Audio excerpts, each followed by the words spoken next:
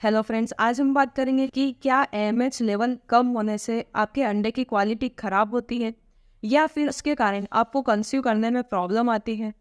तो सबसे पहले हम जानेंगे कि एएमएच होता क्या है।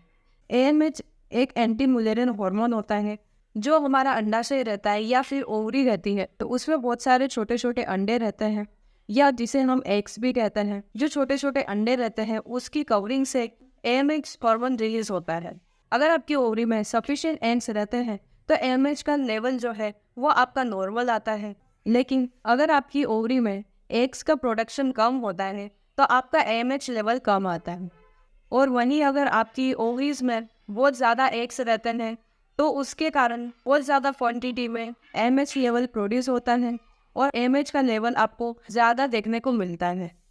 ये मेनली पीसीओडी के केसेस में होता है।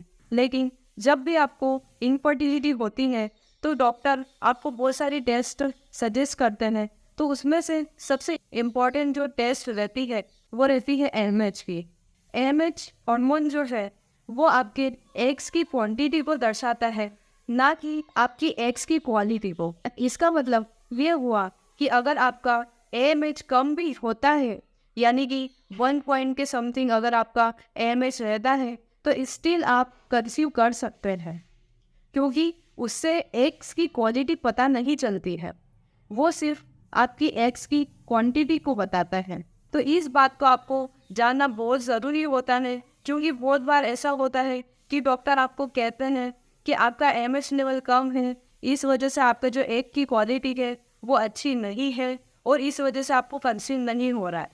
बट ये एक टोटली मिसकंसेप्शन है, जबकि एएमएच लेवल कम होने के बाद भी बहुत सारी फीमेल्स इवन 35 to 40 ईयर्स में भी कंसीव कर सकती है और उनका जो प्रेगनेंसी है वो फुल टर्म प्रेगनेंसी भी होता है।